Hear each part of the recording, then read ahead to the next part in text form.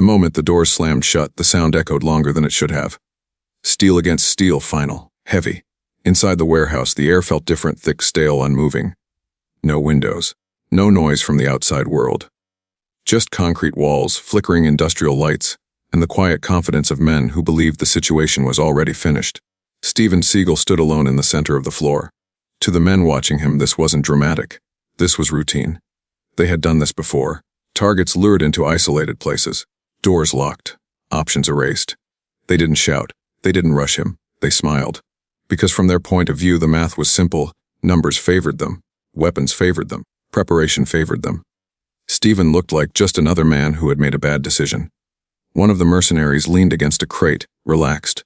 Another checked his watch. Someone quietly chuckled. They thought fear would come next. Pleading, anger, desperation. But none of that happened. Steven didn't pace, didn't raise his hands, didn't scan the room like a trapped animal. He stood still, calm, balanced, almost comfortable. That's when the first doubt appeared. Because people who are truly trapped don't look like that. The men didn't realize it yet, but something had already shifted. Not in the room, but in control. What they believed was a cage was actually a test. And the mistake they made wasn't locking the doors. It was assuming the man inside needed an exit. Because sometimes, the most dangerous person in the room isn't the one with the weapon. It's the one who knows exactly what happens next. Have you ever seen people feel completely in control, right before they realize they never were? What most people never understand about situations like this is that they don't begin with danger. They begin with normalcy. Hours earlier, nothing about the meeting felt urgent. No alarms, no tension, no visible threat. The location had been chosen carefully, a forgotten warehouse in an industrial district that no longer mattered to the city. No foot traffic, no cameras, no reason for anyone to look twice. To Steven Seagal, it was just another conversation that needed to happen. He arrived alone, no security detail, no visible weapon, no display of importance. Just a man walking through a metal door under flickering lights. To the mercenaries watching from hidden angles, that choice confirmed everything they believed. Targets who came alone were either desperate or unaware. Steven didn't act like either. He moved slowly, observant, but not cautious, as if he had already accepted the space. The warehouse itself felt empty, wide concrete floors, stacked crates, rusted beams above. Every sound echoed slightly longer than it should have. Footsteps, breathing, the hum of electricity. The men inside had rehearsed this moment. Each position had been selected for control, lines of sight, angles of approach, escape routes for them. From their perspective, this wasn't a confrontation, it was logistics. They had been told Steven was influential, connected, difficult. But influence didn't matter here. Connections didn't matter here. Only leverage did. And leverage, they believed, belonged to the people who controlled the room. Steven stopped near the center of the floor, glancing casually around the space. No tension in his shoulders, no urgency in his movements. That unsettled one of the men watching. Because people who walk into traps usually sense something is wrong. They hesitate. They slow down. Steven didn't. To him, this still felt like a conversation. And that was the illusion that protected the mercenaries for just a few more moments. The most dangerous situations don't feel dangerous at first. They feel ordinary right up until the moment they aren't. The first sound wasn't loud. It was subtle. A dull metallic click, almost lost beneath the hum of the lights. Steven noticed it instantly. So did the men watching him. Then came the second sound, chains sliding through steel. Slow, deliberate. The warehouse doors moved only a few inches before locking into place with a heavy finality that echoed across the concrete floor. The noise lingered longer than it should have, bouncing off the walls, filling the empty space. The conversation was over. Footsteps emerged from the shadows. One by one, men revealed themselves from behind crates, pillars, and stacked containers. Their movements were controlled, professional, no rush, no wasted energy. These weren't street thugs. They carried themselves like people who had done this before. The circle tightened. Steven remained where he was, hands relaxed, posture neutral, eyes alert. The leader stepped forward, his voice calm, practiced. "Mr. Seagal," he said, as if greeting a guest. "You shouldn't have come alone." Steven glanced briefly at the locked doors, then back at the men. He didn't respond immediately. He didn't ask questions. He didn't protest. Instead, he took a slow look around the room. He counted. Distances, angles, positions. The mercenaries noticed they had expected confusion, maybe irritation, at the very least surprise. What they saw instead was assessment. One of the men shifted his weight. Another adjusted his grip on his weapon. Not because Steven had moved, but because he hadn't. The leader continued, unfazed. "This doesn't have to get messy," he said. "You cooperate and everyone walks away." Steven finally spoke. "You lock the doors," he said evenly. "That tells me cooperation isn't what you want." A faint smile crossed the leader's face. "Control," he replied. "That's all this is." Steven nodded slightly, as if acknowledging a point. Control. That word hung in the air. What the mercenaries didn't realize was that Steven had heard it differently, not as a threat, but as a challenge. Because control wasn't something he associated with noise or force. It was something quieter. Steven took a small step forward, not aggressive, not confrontational, just enough to change the geometry of the room. The men stiffened. "You don't know who I am," Steven said calmly. The leader chuckled. "We know exactly who you are." Steven didn't argue. That was another mistake. One of the mercenaries spoke up from the side. "Let's speed this up." He raised his weapon, not aiming, just displaying it. Steven's eyes flicked toward it for less than a second. That was enough. The leader lifted a hand, signaling the man to lower it. "Easy," he said. "No need yet." "Yet?" That word landed heavier than the chains on the door. Steven exhaled slowly. "This can end quietly," he said. "You open the doors. You walk away." Laughter rippled through the group, not loud, but confident. "You're not in a position to negotiate," the leader replied. Steven tilted his head slightly. "That depends on what you think position means." The men tightened the circle another step. The lights flickered. For a brief moment, shadows stretched across the floor, long, distorted, unstable. Steven shifted his stance. Not dramatically, just enough. That was the moment the leader felt it. Something subtle had changed. It wasn't fear. It was uncertainty. Because Steven still hadn't asked for mercy, hadn't raised his voice, hadn't shown urgency, he looked settled. As if the trap had closed exactly where he wanted it, the leader pushed the thought away. Confidence returned.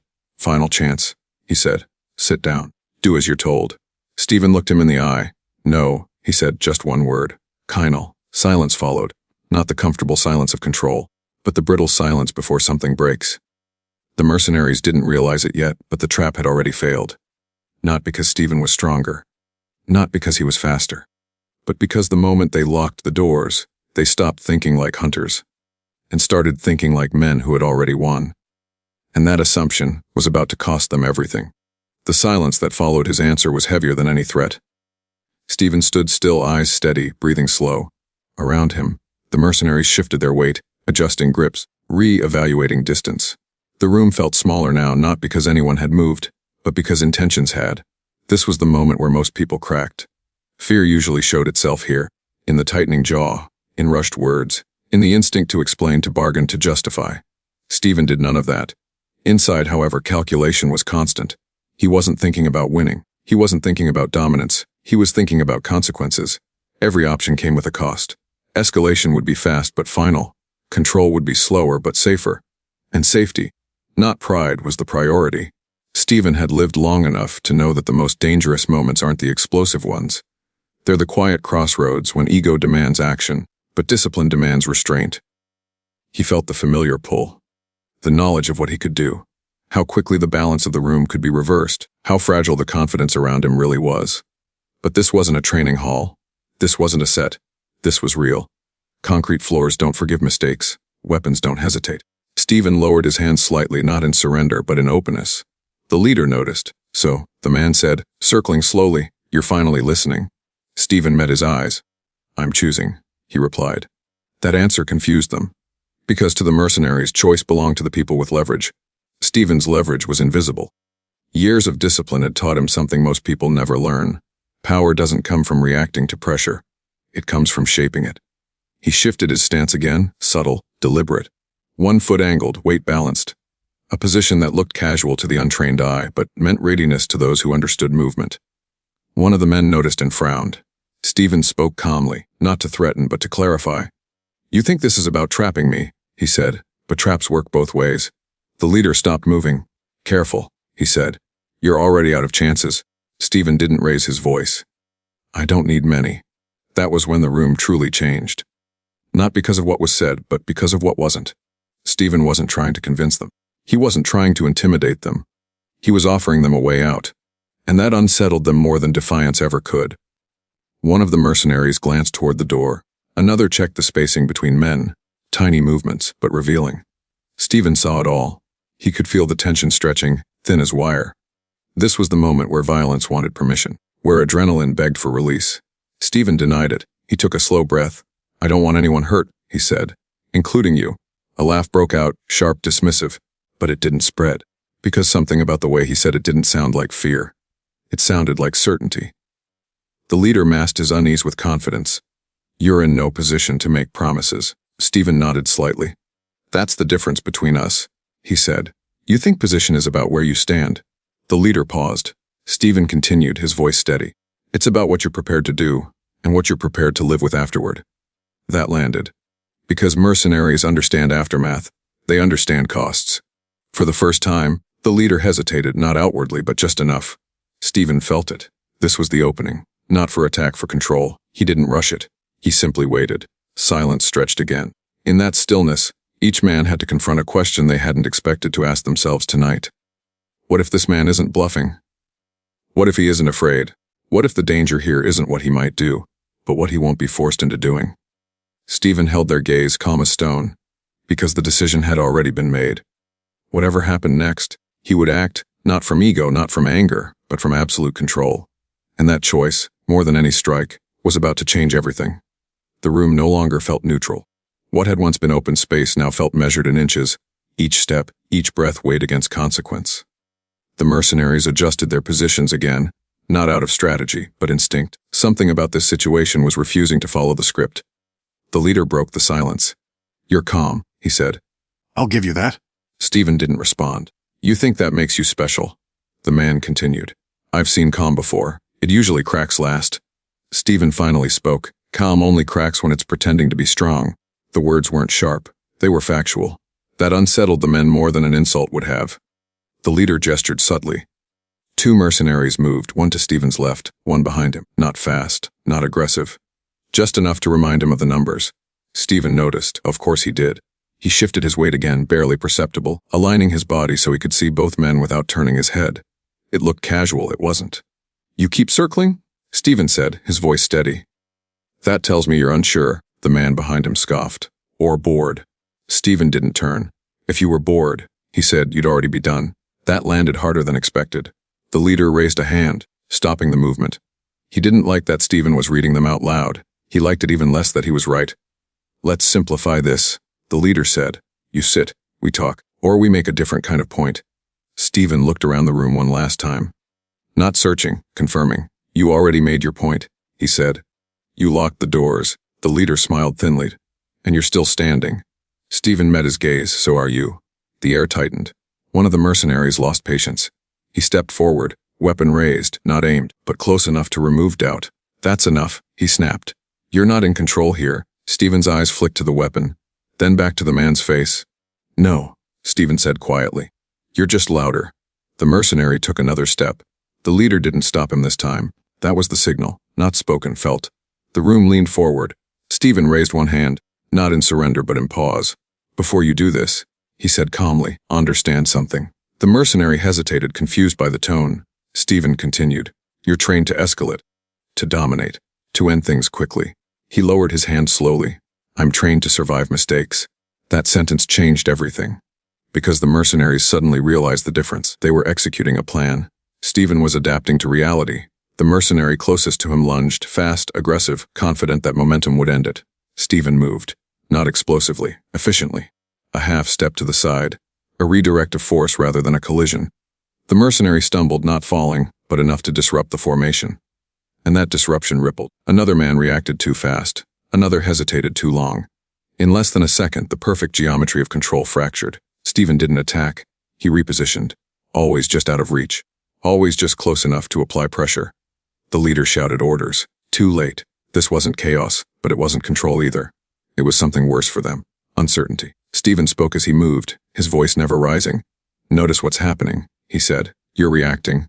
A mercenary swung wide. Steven avoided it effortlessly, letting the man's own momentum carry him forward. "You're chasing outcomes." Steven continued. "I'm shaping space."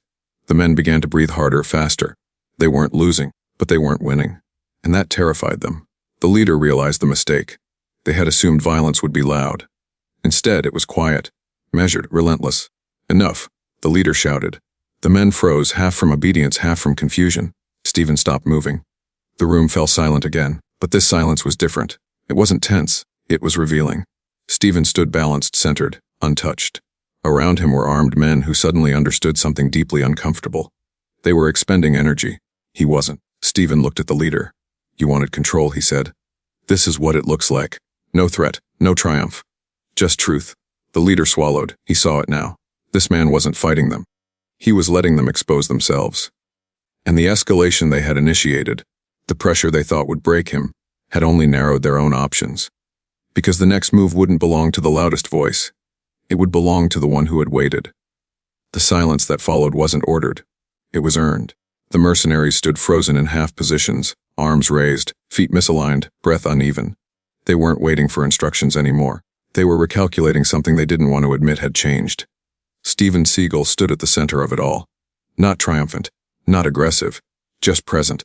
He hadn't struck anyone. He hadn't raised his voice. And yet the entire room had slowed to his rhythm. The leader felt it first. This wasn't a standoff anymore. It was exposure. Every movement his men had made, every step, every overreach had been quietly redirected. What they thought was pressure had become friction. What they believed was dominance had turned into imbalance. Steven spoke again, calmly, deliberately. This is the moment where things usually go wrong, he said, because pride wants to finish what fear already started. No one interrupted him. Not because they were ordered to listen, but because something in his voice made interruption feel pointless. The leader took a step forward, trying to reclaim authority. You think you've won something, he said. Steven looked at him, not challengingly, not dismissively. No, he replied. I think you've learned something. That distinction landed hard. The leader gestured sharply, signaling one of his men to move again. The mercenary hesitated just for a fraction of a second. That hesitation said everything. Steven noticed it. So did the leader. You see that? Steven said quietly. That pause. The leader said nothing. That's where control actually lives. Steven continued, not in orders but in certainty. The mercenary lowered his weapon slightly. The leader snapped, hold your position. But the command no longer carried weight. Steven took one slow step forward, not toward the leader, but into the space between them all. It was a subtle move, but it collapsed the distance they thought protected them. You locked the doors, Steven said. You thought that meant you decided how this ends. He looked around the room. But environments don't decide outcomes. People do. The leader felt his grip tighten, not on his weapon, but on his composure. Who are you? He demanded. Steven paused, not for effect, for honesty. I'm someone who understands thresholds, he said. And you're standing on the wrong side of one. The leader raised his weapon. The room inhaled. Steven didn't move, didn't flinch, didn't change expression. Before you do that, Steven said evenly, ask yourself something. The leader's finger hovered. What happens next? Steven continued, if you're wrong. That question cut deeper than any threat, because the leader suddenly realized the problem. If he fired, this would escalate beyond control, beyond contracts, beyond cleanup. And Steven wasn't reacting like a man with something to lose. He was reacting like a man who had already accounted for loss. The leader hesitated. Steven stepped closer, just close enough to make the choice feel heavier. You don't need to prove anything, Steven said. Neither do I. One of the mercenaries lowered his weapon fully. Another followed. The leader saw it happening and felt something unfamiliar rise in his chest. Not fear, responsibility. Because now, every outcome rested on him. Steven stopped moving. This ends now, he said. No one gets hurt. No one walks away embarrassed. The leader looked around. At men who no longer believed in inevitability. At a room that no longer belonged to him. He exhaled slowly. Lowered his weapon. The sound of it clicking safe echoed louder than any gunshot. Steven nodded once. Not in victory. And open the doors. The leader ordered. Chains rattled again. Locks released. Light from the outside corridor spilled into the warehouse, stretching long shadows across the floor. Steven turned and walked toward the exit. No rush, no backward glance. Behind him, armed men stood in silence, processing something they had never trained for. Being stopped without being defeated. As Steven reached the door, the leader spoke again. Why didn't you finish it? Steven paused, but didn't turn around. Because finishing things isn't strength, he said. Ending them is. He stepped through the doorway, the doors stayed open. And for the first time that night, everyone understood who had actually been trapped. The warehouse didn't feel the same once the doors were open. Air moved again. Light stretched across the concrete floor. The tension that had been holding everything in place finally began to loosen. Steven walked out without urgency, his footsteps steady, unremarkable. To anyone watching from the outside, it would have looked like nothing happened at all. But inside, everything had changed. The mercenaries didn't follow. They didn't speak. They stood where they were, absorbing the weight of what they had just experienced. There were no injuries, no shouting, no dramatic ending. And yet, none of them would forget that night. Because they hadn't been overpowered. They had been contained. The leader remained still long after Steven disappeared down the corridor. He replayed the moment again and again. Not the near escalation, not the raised weapons, but the calm refusal. The certainty, the way control had shifted without force. That was the part that stayed with him. In their world, strength was measured in speed, violence, and finality. But what they had encountered didn't fit that model. It didn't need to. Steven had walked into a locked room and walked out unchanged, while everyone else had been forced to confront their assumptions. By morning, the story spread quietly through private channels. No headlines, no public footage, just fragments passed between people who understood the implications. A warehouse, armed men, no shots fired. The takeaway wasn't fear, it was respect. Not for what Steven did, but for what he chose not to do. Because true power isn't loud, it doesn't rush, and it doesn't need witnesses. The strongest people don't dominate rooms. They stabilize them. They don't escalate situations. They close them. And they don't walk away feeling victorious. They walk away knowing nothing else was required. That night didn't become a legend because of violence. It became a lesson. A reminder that control is the highest form of strength. That discipline outlasts aggression, and that the most dangerous person in any room is the one who never needed to prove it. If you believe real power is calm, not chaos, type Contral in the comments. And tell me, if you were standing there when the doors opened, would you have understood what you just witnessed?